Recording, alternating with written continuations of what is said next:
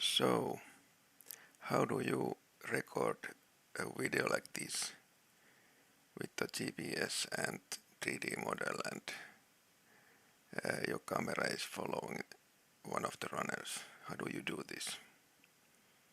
So, this video is about that, explaining how you can do this.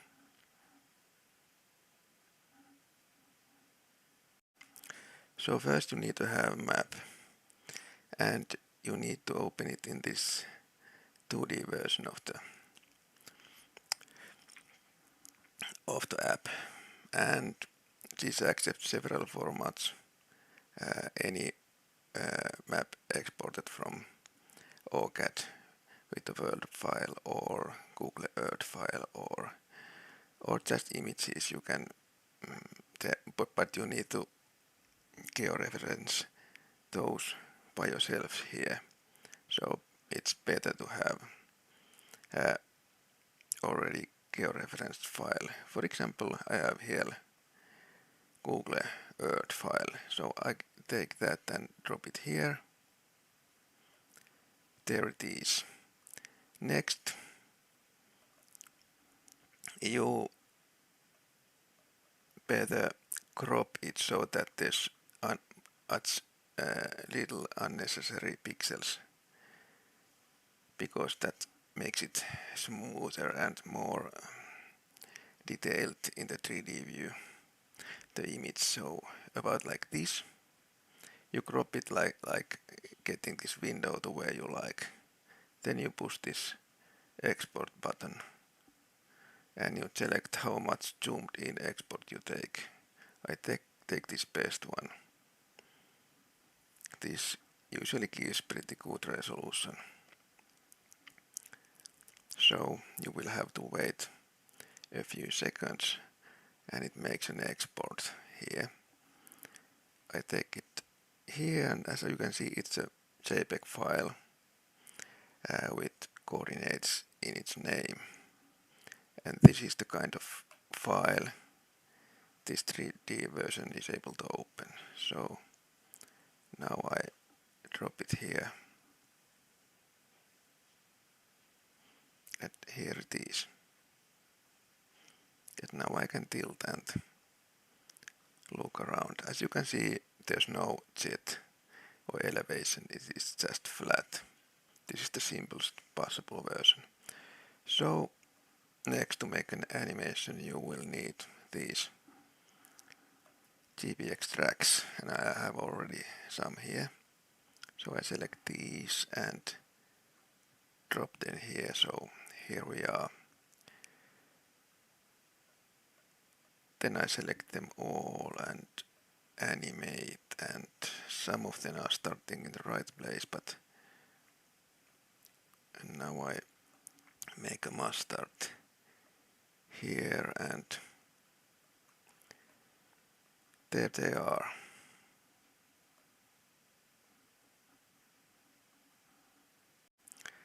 Next question is, how do you actually control the camera here?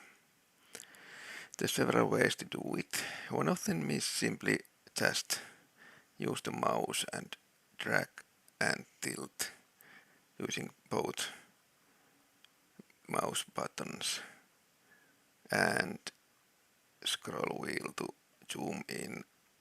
Actually, now I'm using the touchpad. Similar way, I pinch zoom in and out because I don't very often use the mouse. I'm too used to use this touchpad.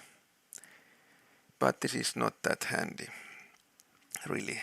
Or it is handy, but it is not that smooth. The other way is use this fly mode. When you tap this, it will show you the keys you can use to control the camera. So there's basically 2 points you are controlling. One of them is the point you are looking at, and the second one is where the camera is. And now if I use these arrow buttons, it will move like this. and there's very little damping. It just keeps going, and if I push the rotate button, it will rotate, and now I'm not touching anything, it is just rotating. And this may take them some time to learn how to control these, but you can zoom closer and zoom out and look up and look down and all these kind of. So you can fly around and follow the runners. But that takes a little time to learn how to control.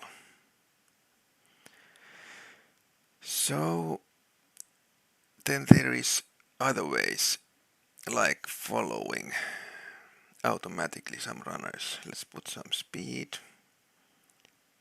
like this much. And if we follow someone like Raul here, there's this follow behind. If I push it, it will start follow. It takes few seconds to actually get closer. And as you can see, I'm not doing nothing. It is not automatically following behind Raul. I wonder who this is and why they are flying there. I guess I must sort out something. I think they are somehow behind me, but the labels are in front of me. Anyway, now it automatically follows behind like this. Then there's another way. I stop this like this, and then I put this auto follow. That's this auto look at. Now it starts to look at the. Now even if I move it with mouse, it's constantly looks at the same runner. And this can be combined with mouse or this fly mode. So now I can use the arrow keys to move around and fly, and it, no matter where I fly, it keeps looking at Raul. So this is quite easy way to control, because you basically only need to push these mouse buttons and fly around, and it keeps looking at the same runner. Okay, I put this off and stop. And then I show you another way to do it.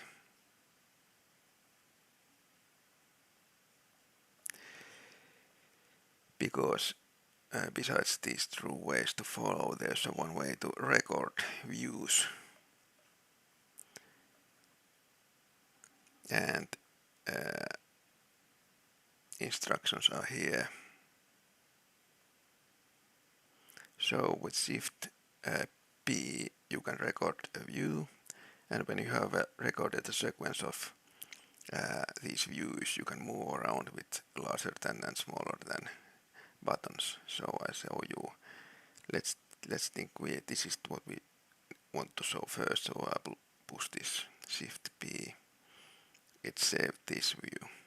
Maybe then I want to look something like this. This is my second view. Then maybe I want to zoom out like this to show the long leg, like this.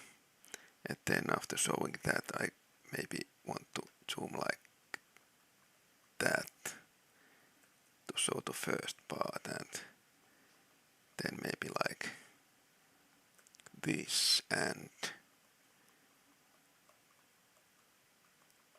then maybe like this and then like that. Okay, let's try. Now I push the button to move to the first view. And this is the first saved one. Now I start the animation from the beginning, like this. Let's make a mass start, just in case, like that. Now, let's also put longer tails, 1 minute, and also smaller.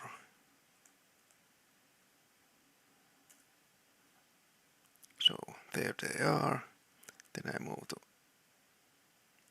my second view.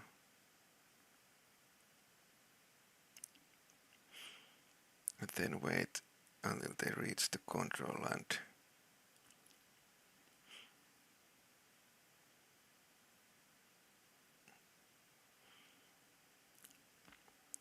maybe I should put more speed, like that.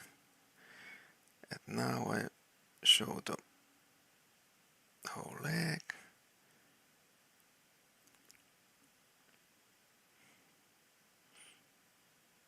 Like this. Then I move to the next one. Should have done this earlier. But now I move to this view.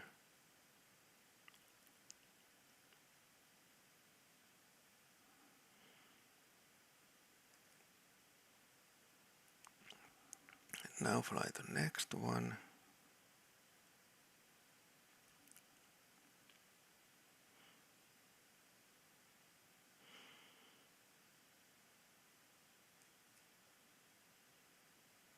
Then next one.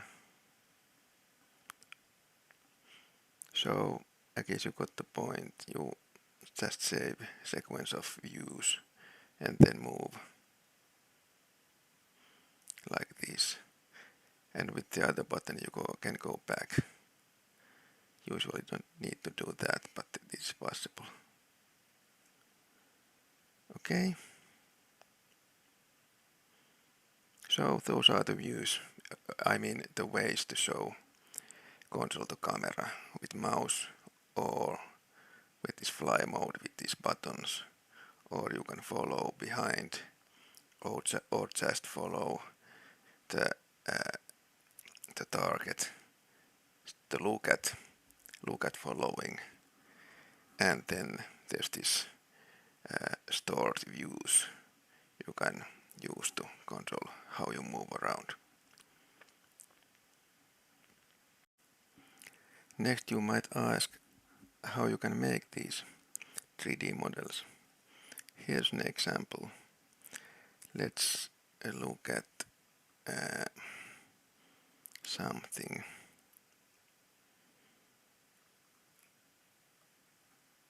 Like this area here.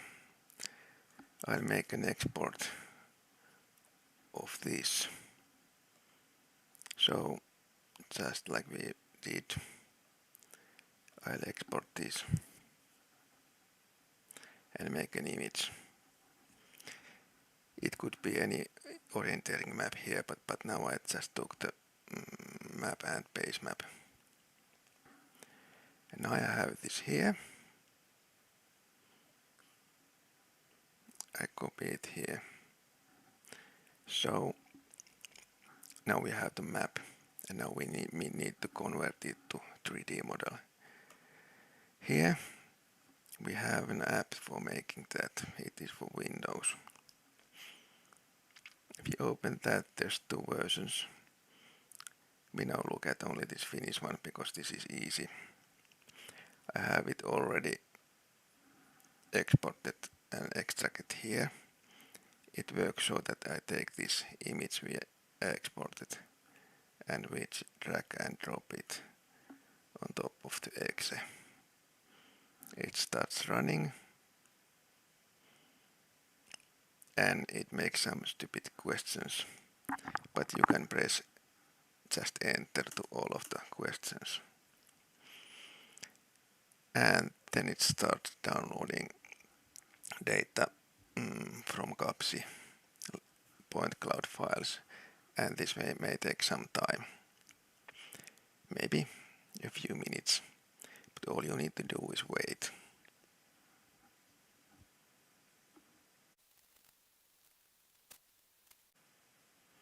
So it is done now, and what it did, it made a zip file and it placed it in the same folder this image was, so it should be here somewhere.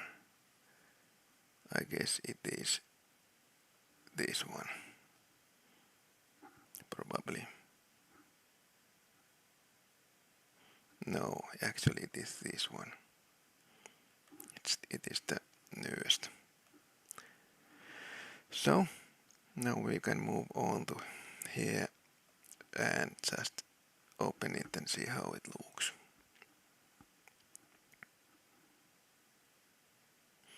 You might want to place this file so that you will easily see how this shows up. So here is the image, and as you can see, it is pretty impressive area. And if we look at this map,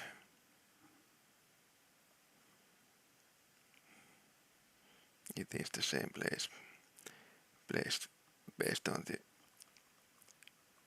the cloud point cloud files, and there's so many hills it may be exaggerated too much, so here we can scale it down a bit like this. This might be better. Okay, I don't have any GPX files, but I could just drop them and animate.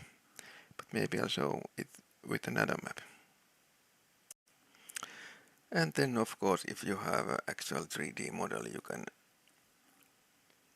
or you have converted your map to 3D version of the map, so that you can actually you have elevations. You can open it just like the image, and then open your drag and the same is here. Let's follow behind me. Let's put some speed because I'm a bit slow.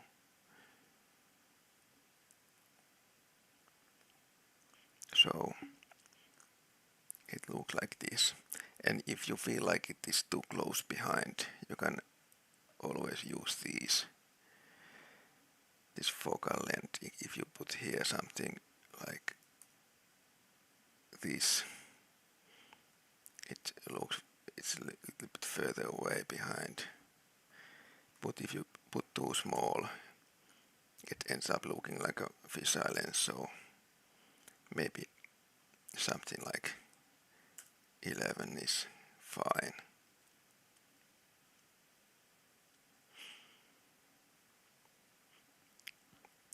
And if I push here stop and put this look at mode, it will work like this.